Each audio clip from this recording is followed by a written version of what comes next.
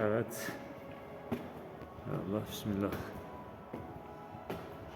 Şu an Van Tuşba Belediyesi'nin halk bahçesinde bulunan kafeteryasına yaptığımız 2 adet şömineden bu ikinci katta olan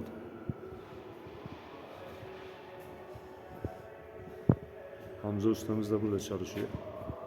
Şu kolonlar da tuğla giydirme olacak. Bir şöminemiz de burada var. Şimdi onu da çekmeye gidiyorum.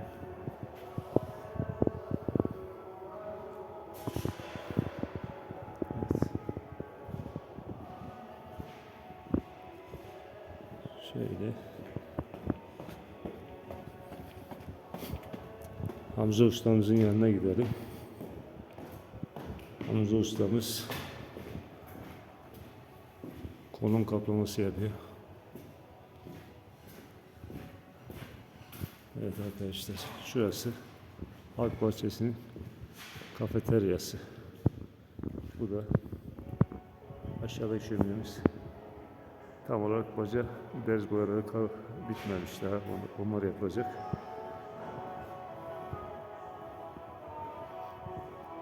Toplamda 6-6,5 metre bir yüksekliği var şöminemizin.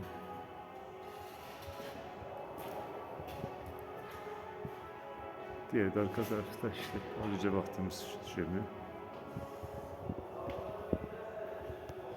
Şimdi Hamza ustamızın yanına gidiyoruz. Hamza usta kolay gelsin. Müziğin de güzelmiş. Güzel müzik açmışsın. Nasıl gidiyor? Evet, şöyle torba kaplaması.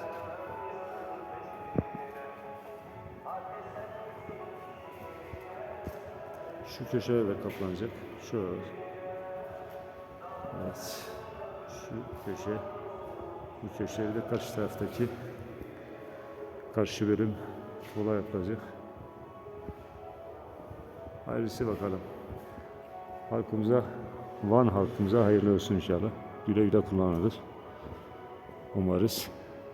Burası da halk bahçesi.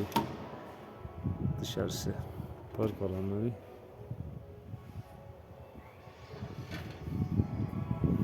Evet, şimdi rüzgar var şu an. Camlarımızı kapatalım.